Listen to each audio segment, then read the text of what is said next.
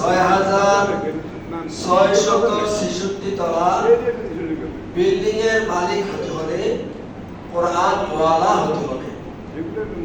আল্লাহর হাবিব মুহাম্মদুর রাসূলুল্লাহ সাল্লাল্লাহু আলাইহি ওয়াসাল্লাম ইরশাদ ফরমান, ইযা মাতাল ইনসানু ইনকাতা আনহু আমালুহু ইল্লা মিন সালাসাতিন ইল্লা মিন সাদাকাতিন জারিয়াতিন আও ইলমিন ইউনতাফাউ বিহি আও ওয়ালাদিন সালিহিন ইয়াদউ লাহু।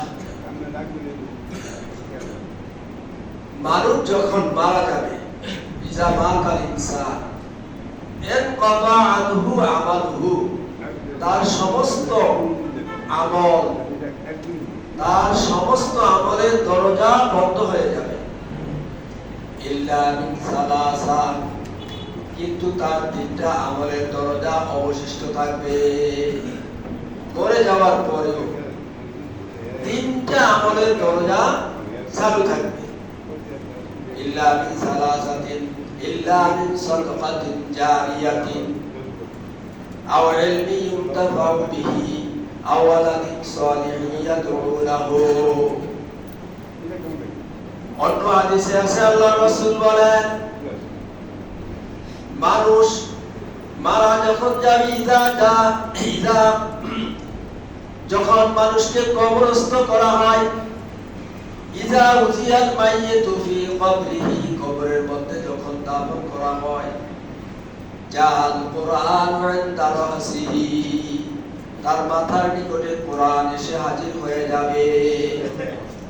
ওয়াসসালাতু আইয়ামিনিহি, আর তার ডান দিকে তার জীবনের সমস্ত নামাজগুলো হাজির হয়ে যাবে। ওয়াসিয়ামু আন শিমালিহি, এবং তার জীবনের সমস্ত রোজাগুলো তার বাম দিকে হাজির হয়ে যাবে। ওয়াসাইল হাসানাতি ইনদা রিজলাইহি, এবং তার জীবনের সমস্ত নেক আমলগুলো তার পায়ের কাছে গিয়ে হাজির হবে। তো মানুষ মারা যাওয়ার পরে তার মাথার কাছে নওজোয়ানের সুরতে যেটা হাজির হবে সেটা হলো কোরআন। জা আল কোরআনু ইনদা রাসিহি, তার মাথার কাছে কোরআন গিয়ে হাজির হবে। সুবহানাল্লাহ। তো কোরআন মাথার কাছে যাবে কার? যে কোরআনকে ভালোবাসে নাই, এমন না তো।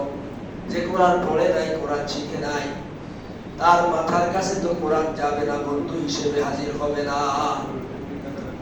কোরআনকে যে ভালোবাসবে, কোরআন অনুযায়ী ব্যক্তিগত জীবন, পারিবারিক জীবন, সামাজিক জীবন, রাষ্ট্রীয় জীবন, আন্তর্জাতিক জীবন পরিচালিত করেছে, সেই ব্যক্তির মাথার কাছে কোরআন গিয়ে হাজির হয়ে যাবে। সুতরাং কোরআন নাজিলের মাধ্যমে রমজান মাসের মর্যাদা বৃদ্ধি পেয়েছে। এই মাসে আমরা যারা কোরআন কারীম সহিভাবে পড়তে পারি, ভালো কথা, বেশি বেশি করে পড়ব, বেশি বেশি করে কোরআন কারীম তেলাওয়াত করব। আর যারা কোরআন কারীম সহি শুদ্ধভাবে পড়তে পারি না, তারা কোরআন কারীম সহিভাবে পড়তে হবে।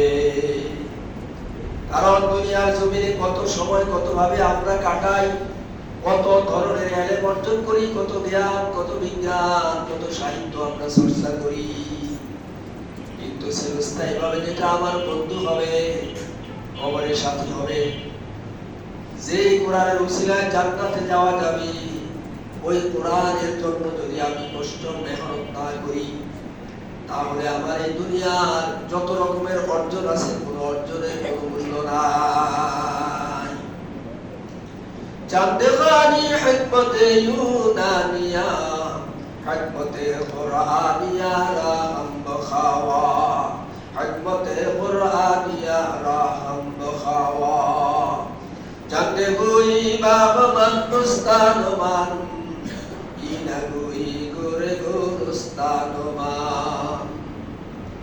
আমরা ইউরোপের জ্ঞান অর্জন করি, ইন্দোনেশিয়ার জ্ঞান অর্জন করি, আমেরিকার জ্ঞান অর্জন করি, হাজার হাজার টাকা, লক্ষ লক্ষ টাকা সেখানে আমরা ব্যয় করি, কিন্তু কোরআনের জ্ঞান অর্জনের ব্যাপারে আমরা বেখবর স্বার্থপর হয়ে গেছি, যেটা দ্বারা নিজের মূল্যায়ন হবে কোটি কোটি বছর, অনন্ত অসীমকাল পর্যন্ত, যেটার কারণে জাহান্নামের আগুন থেকে বাঁচা যাবে, যেটার কারণে জান্নাত লাভ করা যাবে, সেইটার কথাই আমরা বেমামুল্লুক ভুলে যাই। জানতে খালি হিকমতে ইউনানিয়া, হিকমতে কুরআনিয়া রাহাম বখাওয়া। कीमते हर सिजरा दानी कुसीस, कीमते खुदरा नादानी अहबीस। সব কিছুর মূল্য বুঝলাম, কিন্তু নিজের মূল্যায়ন করতে নিজে জানলাম না। এর চেয়ে বড় বোকা, এর চেয়ে বড় আহমক আর কেউ হতে পারে না। সুতরাং সত্যিকারের জ্ঞান হলো কোরআনের জ্ঞান। সেই জ্ঞান অর্জন করতে হবে। আমরা যত ইবাদত করি, নামাজ পড়ি, নামাজের মধ্যে যত দোয়া কালাম তাসবিহ তাহলিল, যদি আমরা কোরআনে কারীম শুদ্ধ করতে না পারি, নামাজ শুদ্ধ হবে না। সারা জীবন যত ইবাদত করব, যত নামাজ পড়ব, কোরআনে কারীম যদি শুদ্ধ করতে না পারি, তাহলে আমার এই নামাজ, আমার এই ইবাদত আল্লাহর দরবারে কবুল হবে না। আল্লাহর রাসূল বলেন, তালাবুল ইলমি ফারিদাতুন আলা কুল্লি মুসলিম। সমস্ত মুসলমানের উপর দিনী ইলম শিক্ষা করা ফরজ। যে সন্তানের জন্য কত চেষ্টা প্রচেষ্টা আমরা চালাই, কত কষ্ট করি, নিজে না খাইয়া, নিজে না পড়িয়া সন্তানের ভবিষ্যৎ উজ্জ্বল করার চেষ্টা করি, কিন্তু নিজে কোরআনের জন্য কিছুই করলাম না, কোরআন শিখলাম না, নামাজ সহি করলাম না, তাহলে আল্লাহর দরবারে আমরা কি জবাব দিব? আল্লাহর রাসূল বারবার তাআলা দিয়েছেন, বারবার বলেছেন, কোরআন শিখো, শুদ্ধ করো, নামাজ সহি করো, শুদ্ধ করো, ইবাদতকে খালেস করো। আখলিস দীনাকা ইয়াকফিকাল আমালুল কলিল। আল্লাহর রাসূলের কথা আমরা ঠিকমতো দুনিয়ায় পালন করলাম না, গুরুত্ব দিলাম না, কিন্তু হাসরের ময়দানে রাসূলের সুপারিশ ছাড়া তো আমরা পার হতে পারবো না। दिन की सूरज डूब रही है तुम लोगों की सामने, रोज महशर किया जवाब है मुस्तफा की सामने। শায়ের বলেন, পৃথিবীর সূর্য তোমাদের সামনে ডুবে যাচ্ছে, তিনি যত রকমের মুআমালাত, কাজ কারবার, যেখানে যতটুকু তোমাদের সময় দেওয়া দরকার, এই সময়ের জন্য আল্লাহর দরবারে যেহেতু হিসাব দিতে হবে, সেই দিকে যদি গুরুত্ব না দাও, তাহলে রোজ হাসরে আল্লাহর হাবিবকে কিভাবে মুখ দেখাইবা? সব শেষ হয়ে যাবে, শুধু যে সম্পদগুলো থাকবে সেগুলো হলো নেক আমল। সুতরাং এই কোরআন নাজিলের মাসে কোরআন শিক্ষাটাকে আমরা বেশি করে গুরুত্ব দিতে হবে, তাহলেই এই রমজান মাসের মূল্যায়ন সঠিকভাবে করা হবে।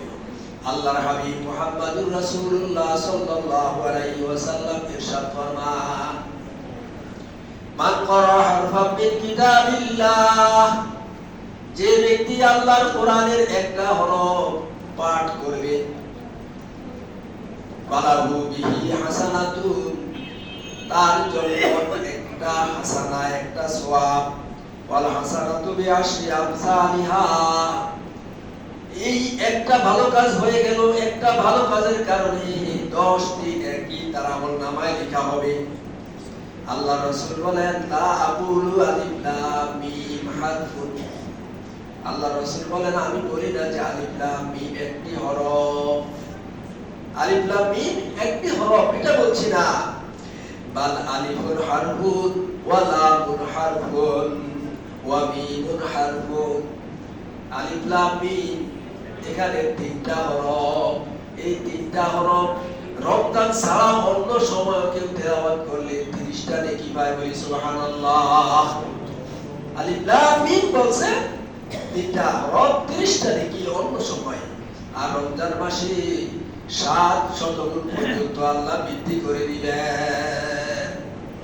কাজেই আমরা গাড়িওয়ালা হতে পারি, বাড়িওয়ালা হতে পারি, টাকাওয়ালা, পয়সাওয়ালা, যত ওয়ালা হই কোনো ওয়ালার দাম নাই। যদি হওয়া যায় কোরআনওয়ালা, আল্লাহওয়ালা, সেটারই দাম আছে। কারণ সব ধ্বংস হয়ে যাবে, এই নেক আমল, এই কোরআনি আমল, এইগুলোই বাকি থাকবে। কুল্লু মান আলাইহা ফান ওয়া ইয়াবকা ওয়াজহু রাব্বিকা যুল জালালি ওয়াল ইকরাম। সব কিছু ধ্বংস হয়ে যাবে, মহিমান্বিত মহান সত্তা আল্লাহ একমাত্র অবশিষ্ট থাকবে। সুতরাং কোরআনের মাসে আমরা কোরআনে আলোচনা শুনলাম, দিনে মজলিসে বসলাম। কেউ হয়তো এই সময় রমজান মাসে অবসর সময় আল্লাহর রাস্তায় সময় দেয় 3 দিন, 10 দিন, এক চিল্লা, এই সময় তো সওয়াব অর্জন হলোই, এটাকে সারা বছর ধারণ করতে হবে। সুতরাং কোরআনে কারীম শেখার জন্য চেষ্টা করতে হবে, যে যেইভাবে যেই পন্থায় শিখতে হবে, আর দিনই পরিবেশে নিজের সময় কাটাইতে হবে। আল্লাহ তাআলা বলেন কুনু মা'আস সাদিকিন, তোমরা যারা ভালো মানুষ তাদের সাথী হও, সঙ্গী হও। সৎসঙ্গে স্বর্গবাস, অসৎসঙ্গে সর্বনাশ। নিজের সন্তানকে ভালো করতে হলে আরেকটি ভালো সন্তান, আরেকটি ভালো ছেলের সাথে তার উঠা বসা থাকতে হবে। ভালো একটা ছেলেও যদি খারাপের সাথে চলতেই থাকে, সেও খারাপ হয়ে যায়। এই জন্য ভালো মানুষের সাথে সময় দিতে হবে, কোরআনি পরিবেশে যেতে হবে, দ্বীনি পরিবেশে সময় দিতে হবে। কারণ দুনিয়াতে আসার পরে বালেগ হওয়া থেকে শুরু করে কবরে যাওয়া পর্যন্ত পুরো সময়ের হিসাব আল্লাহর কাছে দিতে হবে। কাজেই কতটুকু সময় ভালো কাজে ব্যয় হয়েছে, কোরআনের কাছে ব্যয় হয়েছে, হাদিস শিক্ষার কাছে ব্যয় হয়েছে, সব কিছুই আল্লাহর দরবারে হিসাব দিতে হবে। সুতরাং কোরআনে কারীম সহি করার জন্য আমরা চেষ্টা করব। মাহে রমজান আস্তে আস্তে চলে যাচ্ছে, দিনগুলো শেষ হয়ে যাচ্ছে, আমরা সময় করে কোরআনকে সহি করতে হবে। আর যারা পারেন নিজের সন্তানকে আদর্শ সন্তান বানানোর জন্য ভালো মানুষের সঙ্গ দেওয়ার চেষ্টা করেন তাদেরকে। এই যে কিছুদিন আগে আমাদের, আজ 2 দিন আগে আমাদের থেকে আলেমদের একটি জমাত এসে চলে গেল। সেখানে অনেকগুলো ছাত্র আছে, হাফেজ, 10 জন হাফেজ আছে। তারা দিন সম্পর্কে মোটামুটি জানে, এরপরেও আরো শেখার জন্য এবং মানুষদেরকে শেখানোর জন্য বের হয়েছে। কারণ ঘরে থেকে হাফেজ হওয়া যায় না, আলেম হওয়া যায় না, দিন শিক্ষা করা কঠিন হয়ে যায়। দিনই পরিবেশে থাকলেই সেটা সম্ভব। যেমন একটা চুলা 20-30 বছর পর্যন্ত মানুষ ভাত রান্না করে, তরকারি রান্না করে, ওই মাটি ইট হয় না। যখন মাটিটাকে ভিন্ন করে অন্য একটা জায়গায় ভালোভাবে নিয়মতান্ত্রিক ভাবে তাপ দেওয়া হয়, তখন ইটে পরিণত হয়, সেটার মূল্য বেড়ে যায়।